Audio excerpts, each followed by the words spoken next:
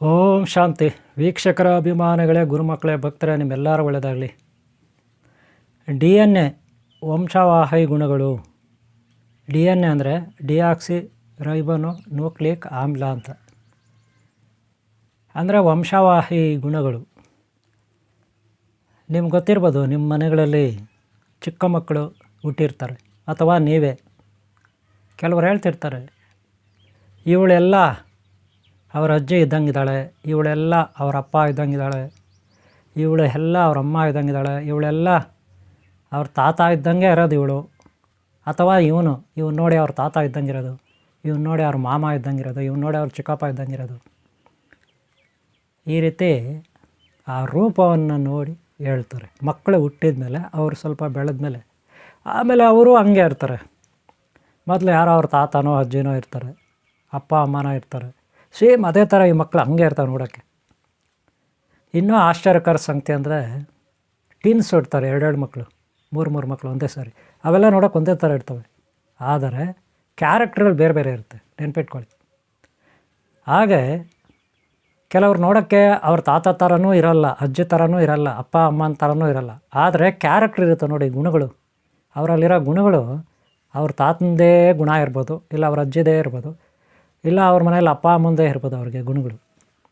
ಅಥವಾ ಇನ್ಯಾರೋ ಪೂರ್ವಿಕರು ಇರ್ತಾರೆ, ಅವ್ರು ಈಗಿರಲ್ಲ, ಯಾರು ತಾತ ಮುತ್ತಾತ ಅವರಪ್ಪ ಯಾರೋ ಇರ್ತಾರೆ, ಅವರಜ್ಜಿನೋ ಯಾರೋ ಇರ್ತಾರೆ, ಅವ್ರ ಗುಣಗಳು ಇವ್ರಿಗೆ ಬಂದುಬಿಟ್ಟಿರುತ್ತೆ. ಈ ಗುಣಗಳು ಹೇಗೆ ಬರುತ್ತೆ ಅಂದರೆ, ನೀವು ಕೇಳಿರ್ಬೋದು, ಎಷ್ಟೋ ಸಾರಿ ನೀವು ಮನೆಗಳಲ್ಲಿ ದೊಡ್ಡವ್ರು ಬೈತಿರ್ತಾರೆ, ಎಲ್ಲ ಅವ್ರ ತಾತನಂಗೆ ಆಡುತ್ತಿದ್ದು, ಎಲ್ಲ ಅವ್ರ ಅಜ್ಜಿಯಂಗೆ ಆಡುತ್ತಿದ್ದು, ಎಲ್ಲ ಅವ್ರ ಅಪ್ಪನಂಗೆ ಅದು ಆಡುತ್ತೆ, ಎಲ್ಲ ಅವ್ರ ಅಮ್ಮನಂಗೆ ಆಡುತ್ತೆ ಅಂತ. ಅದೇ ಕ್ಯಾರೆಕ್ಟ್ರ್ ಅಂತ ಬೈತಾರೆ ಅಲ್ವಾ. ಕೆಲವರು ಹೊಗಳ್ತಾರೆ, ಇವನು ಸೇಮ್ ಅಂತ. ಈ ರಾಜವಂಶದಲ್ಲಂತೂ ಭಾಳ ಚೆನ್ನಾಗಿ ಇದನ್ನು ಗುರುತಿಸೋರು, ವಂಶ ಪರಂಪರೆಯನ್ನು. ಯಾಕಂದರೆ ಒಬ್ಬ ಒಳ್ಳೆ ಶೂರ ವೀರ ಬೇಕು ಅಂತ. ಹಾಗೆ ಗುರು ಪರಂಪರೆಯಲ್ಲೂ ಅಷ್ಟೇ, ಒಳ್ಳೆ ಶೂರ ಬೇಕು ಅಂತ, ಒಳ್ಳೆ ಗುರು ಸದ್ಗುರು ಬೇಕಂತ. ಹಾಗೆ ಆರ್ಮಿ, ಸೈನ್ಯ, ಪೊಲೀಸು, ಅವ್ರ ಮಕ್ಕಳು ಮೊಮ್ಮಕ್ಕಳು ಯಾರೋ ಅವ್ರಂಗೆ ಇದ್ಬಿಟ್ರೆ ಎಲ್ಲಿಲ್ಲದ ಖುಷಿ ಆಗ್ಬಿಡುತ್ತೆ. ಇದನ್ನು ನಾವು DNA ಅಂತ ಕರಿತೀವಿ, ಡಿಯಾಕ್ಸಿ ರೈಬೋನು ನ್ಯೂಕ್ಲಿಯಿಕ್ ಆಮ್ಲ. ನಮ್ಮ ಶರೀರದ ಪ್ರತಿ ಅಣುವಿನಲ್ಲೂ DNA ಅಂತ ಒಂದು ಇರುತ್ತೆ. ಆದರೆ ಆ DNA ಒಳಗಡೆ ಒಂದು ಮೆಮರಿ ಕಾರ್ಡ್ ಥರ ಸ್ಟೋರೇಜ್ ಇರುತ್ತೆ. ಅದೇನಪ್ಪ ಅಂದರೆ, ಯಾರ್ದೋ ಗುಣ, ತಾತ ಮುತ್ತಾತ ಅವರಪ್ಪ, ಅವನದು ರಕ್ತದಿಂದ ಅವ್ರ ಮಕ್ಕಳಿಗೆ ಬರುತ್ತೆ. ಇವಾಗ ಮಕ್ಕಳು ಸಂತಾನ ಆಗಬೇಕಾದ್ರೆ ತಂದೆ ತಾಯಿಯಿಂದ ಕ್ರೋಮೋಸೋಮ್ಸ್ ಬೇಕು ಅಲ್ವಾ, ಶೆಲ್ಸ್, ಅವುಗಳಲ್ಲಿ DNA ಇರುತ್ತಲ್ವ. ಅವರ ಅಪ್ಪ ಅಮ್ಮನ ಕ್ಯಾರೆಕ್ಟ್ರೋ ಗುಣನೋ, ಇಲ್ಲ ಅವ್ರ ತಾತ ಮುತ್ತಾತ ಗುಣನೋ ಅದರಲ್ಲಿರುತ್ತೆ. ಅದಾಗೆ ಉಳ್ಕೊಂಡು ಬರುತ್ತೆ. ಇವ್ರಿಗೂ ಶರೀರ ಬೇಕಲ್ಲ, ಹುಟ್ಟಿದ ಮೇಲೆ ಶರೀರ ಎಲ್ಲಿಂದ ಬರುತ್ತೆ? ಅಪ್ಪ ಅಮ್ಮನಿಂದ ಬರುತ್ತೆ. ಆದರೆ ಆ ಶರೀರದಲ್ಲಿ ಕೋಟ್ಯಾನುಕೋಟಿ ಕಣಗಳಿಂದ ತಯಾರಾಗಿರುತ್ತೆ ಶರೀರ. ಅದೊಂದು ಕೋಳಿ ಮೊಟ್ಟೆ ಇರಲಿ, ಒಂದು ಹಂದಿ ಇರಲಿ, ಒಂದು ನಾಯಿ ಇರಲಿ, ಒಂದು ಕುದುರೆ ಇರಲಿ, ಒಂದು ಕತ್ತೆ ಇರಲಿ, ಏನೇ ಇರಲಿ, ಪ್ರತಿ ಜೀವಿಗೂ ಬೇಕು, ಪ್ರತಿ ಸಸ್ಯವರ್ಗಕ್ಕೂ ಬೇಕು, ಸಸಿಗಳಿಗೂ ಬೇಕು. ಯಾಕಂದರೆ ಮಾವಿನಕಾಯಿ ಓಟದಿಂದ ಬೀಜದಿಂದ ಮಾವಿನಕಾಯಿ ಗಿಡನೇ ಬರೋದು. ಹಾಗೆ ಬೇವಿನಕಾಯಿ ಬೀಜದಿಂದ ಬೇವಿನಕಾಯೇ ಬರೋದು ಅಲ್ವಾ.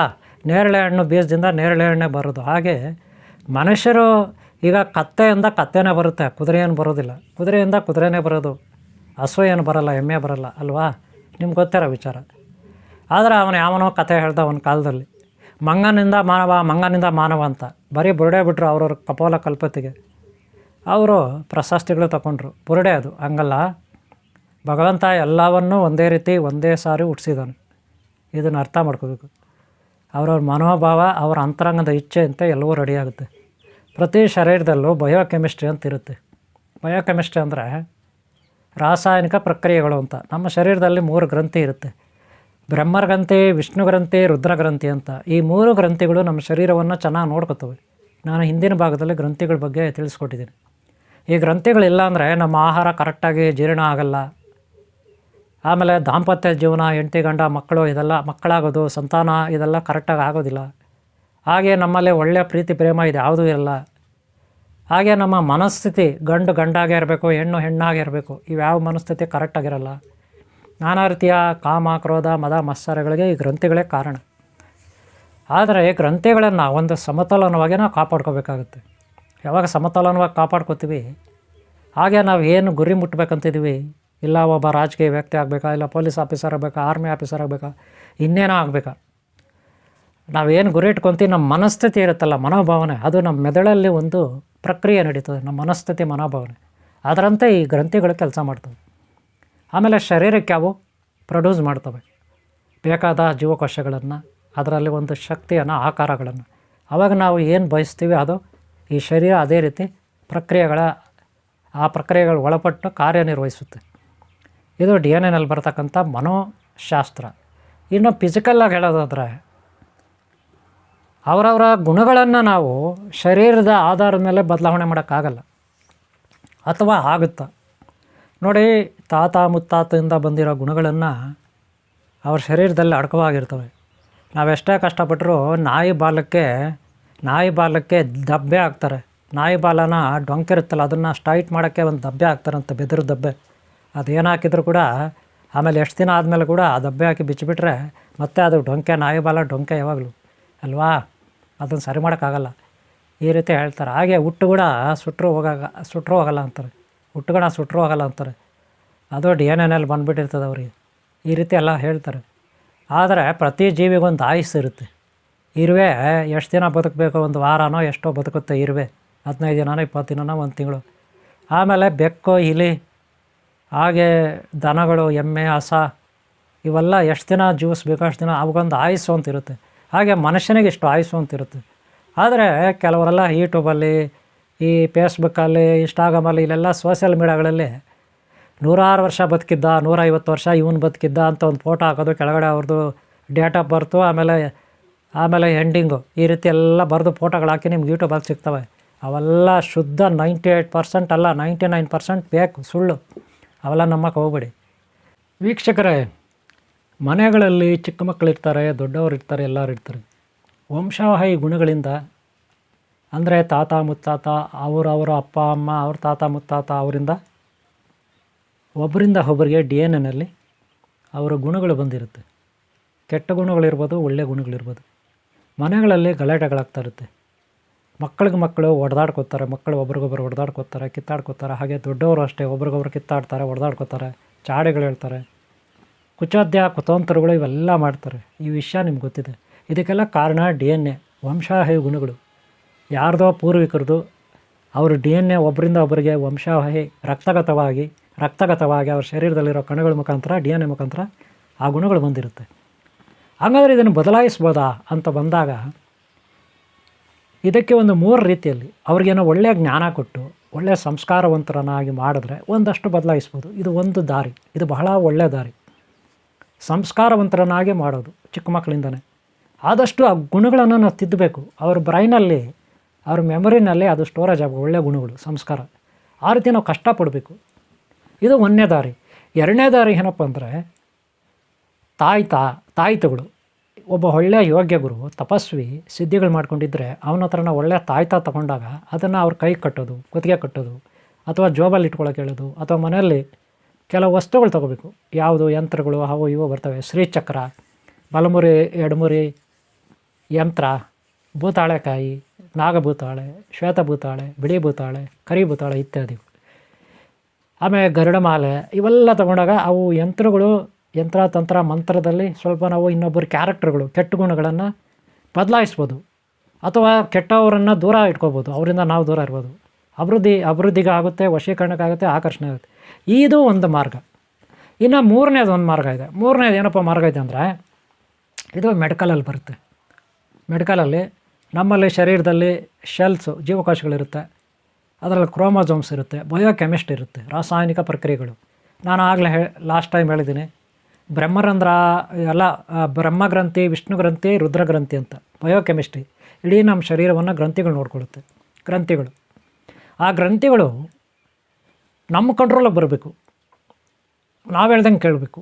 ಅಂದರೆ ಇದಕ್ಕೊಂದು ಯೋಗ ಸಾಧನೆ, ಒಂದು ವ್ಯವಸ್ಥಿತವಾಗಿ ಕ್ರಮಸಿದ್ಧಾಂತ, ಯೋಗ ಕ್ರಿಯೆ. ನಮ್ಮ ಶರೀರದಲ್ಲಿ ನಾವೇ ಒಂದು ಲ್ಯಾಬನ್ನು ಮಾಡ್ಕೋಬೇಕು, ಬಯೋಕೆಮಿಸ್ಟ್ರಿ ಲ್ಯಾಬನ್ನು.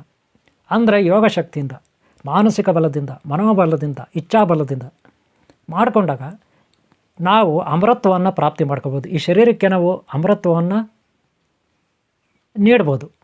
ಅದು ನಮ್ಮ ಪಿಟ್ಯೂಟರಿ ಪೀನಲ್ ಗ್ರಂಥಿಗಳಿಂದ ಶರೀರಕ್ಕೆ ಅಮರತ್ವವನ್ನು ಪ್ರಸಾದಿಸ್ಬೋದು. ಹಾಗೆ ಈ ಶರೀರ ಇಡೀ ಶರೀರವೇ ಬದಲಾವಣೆ ಹೋಗುತ್ತೆ. ನ್ಯಾಯ ನೀತಿ ಸತ್ಯ ಧರ್ಮ ಒಂದು, ಗುರುಶಕ್ತಿ ಯಮಧರ್ಮರಾಯ ಪ್ರಭು ಆಶೀರ್ವಾದ, ಮಹಾದೇವನ ಆಶೀರ್ವಾದ, ಹಾಗೆ ವಿಘ್ನೇಶ್ವರ ಶಕ್ತಿಯಿಂದ ಕುಮಾರಸ್ವಾಮಿ ಶಕ್ತಿವರೆಗೂ ಎಲ್ಲ ನಮ್ಮ ಮಾತಾಪಿತಾ ಪೂರ್ವಶಕ್ತಿ, ಹಿತೈಷ್ ಬಂದು ಹಿತೈಶಕ್ತಿ, ದೇವತಾ ಶಕ್ತಿ, ಗುರುಶಕ್ತಿ, ಪ್ರಕೃತಿ ಶಕ್ತಿ ಸಹಾಯ ಇದ್ದರೆ ಖಂಡಿತ ನಾವು ಅಮೃತವನ್ನು ಪಡಿಬೋದು. ಇದು ಯಾವುದೇ ಸಂದೇಹ ಇಲ್ಲ. ಈ ಮೂರು ರೀತಿಯಲ್ಲಿ ನಾವು ಮೆಡಿಕಲಲ್ಲಿ ಇನ್ನೊಂದಿದೆ. ಏನಪ್ಪ ಅಂದರೆ, ಯಾರು ಅಮೃತವನ್ನು ಪಡೆದಿರ್ತಾರೆ, ಡಿ ಎನ್ ಎನಲ್ಲಿ ಒಳ್ಳೆಯ ಗುಣಗಳಿರುತ್ತೆ, ಅವರ ಶರೀರದ ಎಲ್ಲ ವಸ್ತುಗಳು ಪವಿತ್ರ, ಪರಿಶುದ್ಧ, ಶಕ್ತಿಶಾಲಿಯಾಗಿರ್ತವೆ, ಸದ್ಗುಣ ಸಂಪೂರ್ಣವಾಗಿರ್ತವೆ.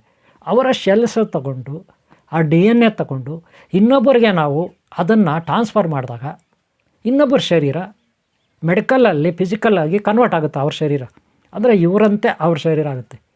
ಒಂದಕ್ಕೊಂದು ಮಲ್ಟಿಪ್ಲೈ ಆಗಿ ಬೆಳೆದು ಜೀವಕೋಶಗಳು ಡಿ ಎನ್ ಎ ಅವ್ರ ಶರೀರ ಇವರಂತೆ ಆಗುತ್ತೆ. ಈ ರೀತಿ ಮಾಡೋ ಒಂದು ಪ್ರಕ್ರಿಯೆಗೆ ಸಾಕಷ್ಟು ಯಾರು ಡಾಕ್ಟರುಗಳು, ವಿದ್ಯಾರ್ಥಿಗಳು, ಇಂಜಿನಿಯರ್ಗಳು, ಸೈಂಟಿಸ್ಟ್ಗಳು ಅವರ ಸಹಾಯ ಬೇಕಾಗುತ್ತೆ. ಲ್ಯಾಬ್ ಅನ್ನೋದು ಒಂದು ಒಳ್ಳೆಯ ದೊಡ್ಡದು ಬೇಕಾಗುತ್ತೆ. ಆಗ ನಾವು ಇದನ್ನು ಖಂಡಿತ ಅಭಿವೃದ್ಧಿಪಡಿಸ್ಬೋದು. ಇದರಿಂದ ಒಬ್ಬರು ಶರೀರದಲ್ಲಿರುವ ಡಿ ಎನ್ ಎನ ಒಂದು ಒಳ್ಳೆಯ ಶೆಲ್ಸ್ನ ಇನ್ನೊಬ್ಬರಿಗೆ ನಾವು ಟ್ರಾನ್ಸ್ಫರ್ ಮಾಡ್ಬೋದು.